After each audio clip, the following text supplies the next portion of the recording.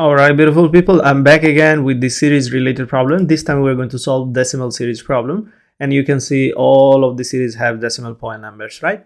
So let's start again. This time we're going to find out the addition, not the multiplication. Of course, we can do the multiplication as well here, and maybe end of this one we'll just convert them into multiply, and I'm sure you can do that, so that should not be my concern at this point. Okay, so let's start. What are the changes we need to make in this program? Let's see. First of all, we are not going to find the multiplication, so I will change this one into sum just as usual, and then here it's going to be 0.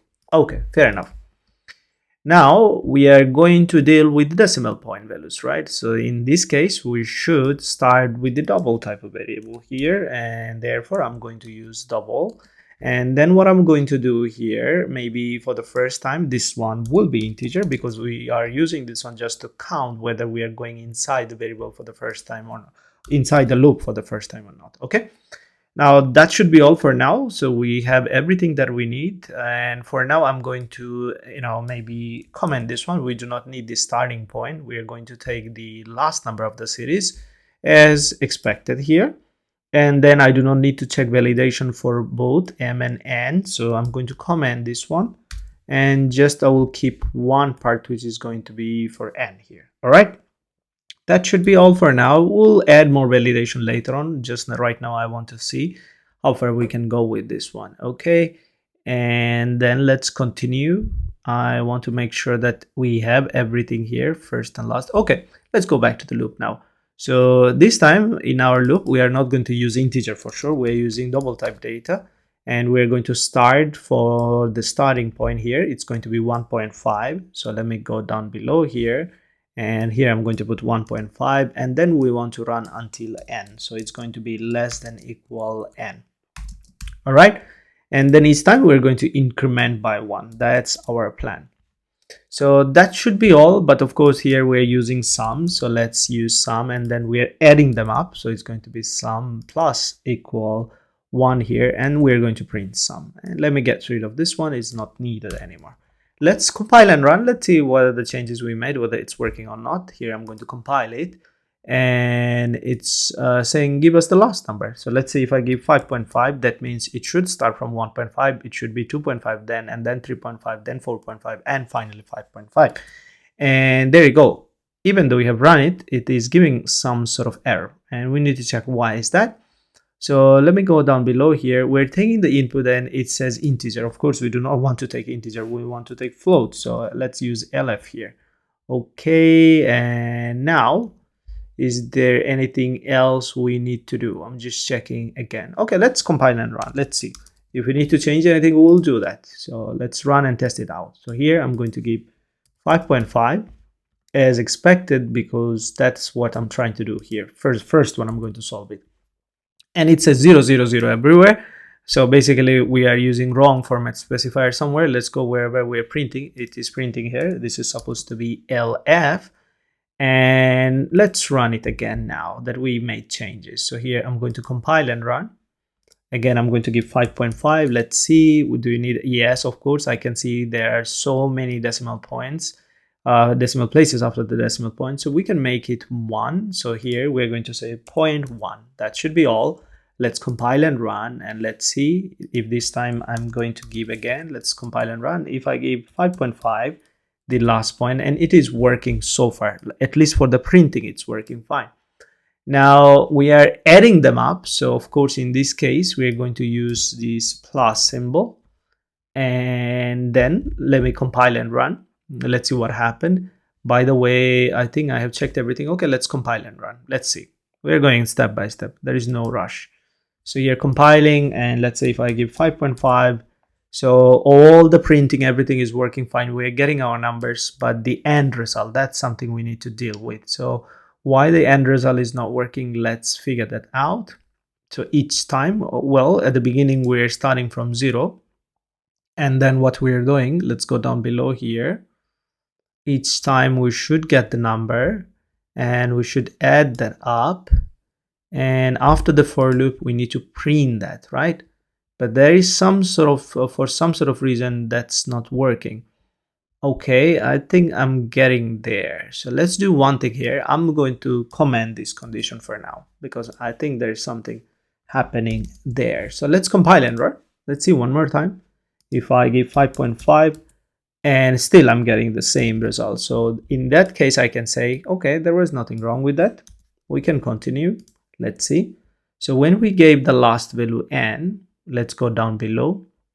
We have got the input there. Even we have printed all the numbers. Everything worked fine.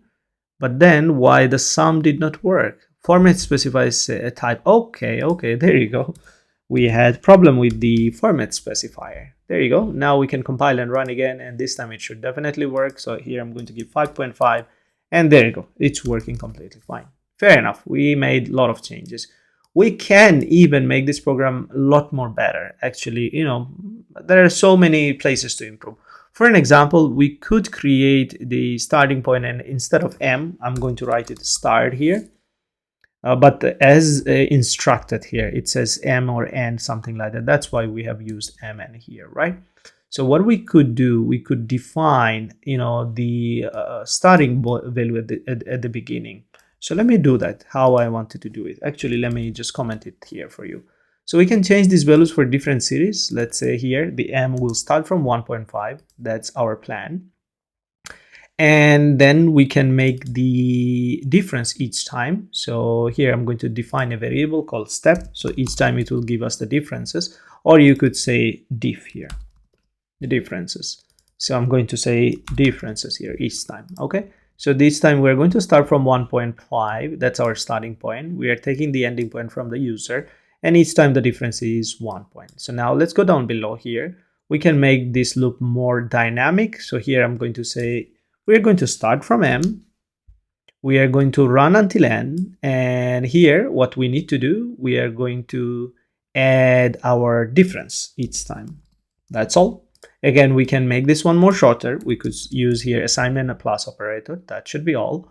And this is how we basically making this one more dynamic. So instead of providing the static value, we are handling them from here. So now if there are different series, we can just change here, and there is nothing we need to do inside the loop. Okay, now let's continue. A few more things I wanted to do here. Maybe I could also check the some of the validation as well. So let me check where is the validation I can check. So we're checking validation for the endpoint, or the last number, which is n, and then we can make sure that ending point is always greater than the starting point. Okay, so n is always greater than m. This is something I can do as well. Okay, and in this case, I can give a message here, hey, ending value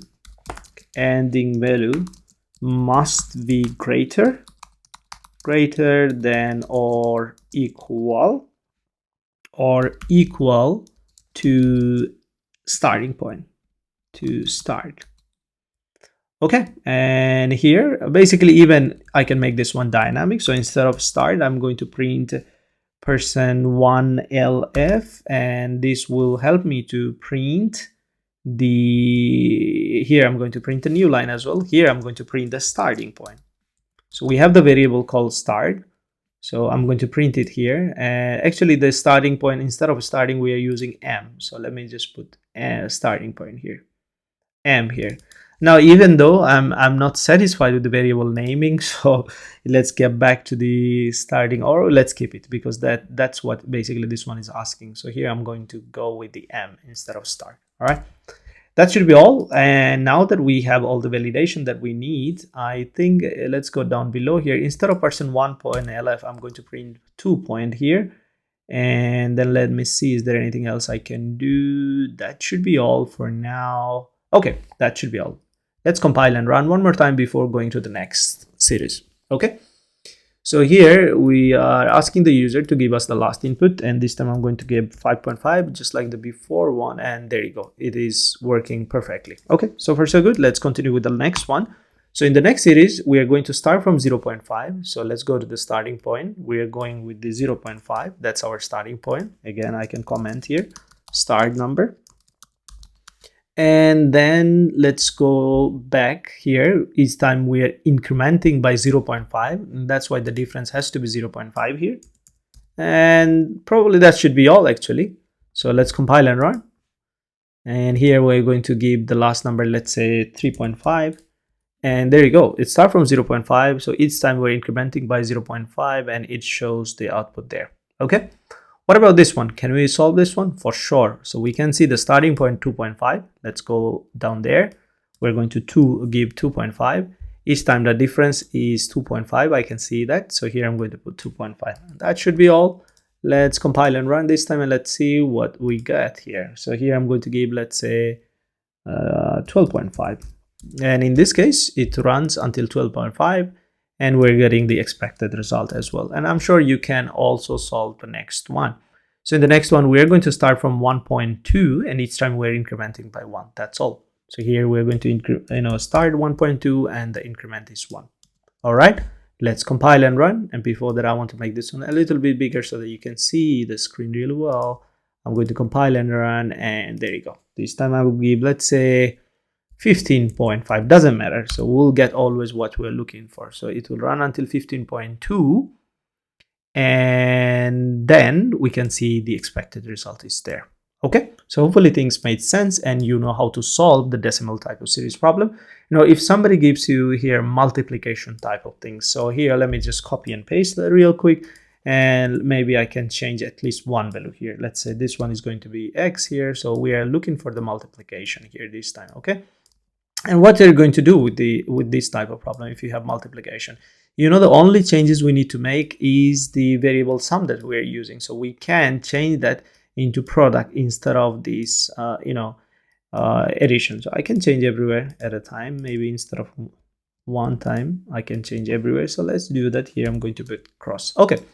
Fair enough. Now this was for addition and these are for multiplication. So all we need to do this time, instead of sum, we're going to use product. And here I'm going to say 1. That should be all. We'll go down below and then we need to check where we're using them. So here we're using them. We're going to say product. This time we're going to multiply. So here I'm going to put multiplication and then I'm going to print the product. That should be all. We can test this one out as well before we finish this lecture here. So I'm going to press compile and run, and this time I'm going to give, let's say, 6.5 or maybe 12.5. Let's see what happened.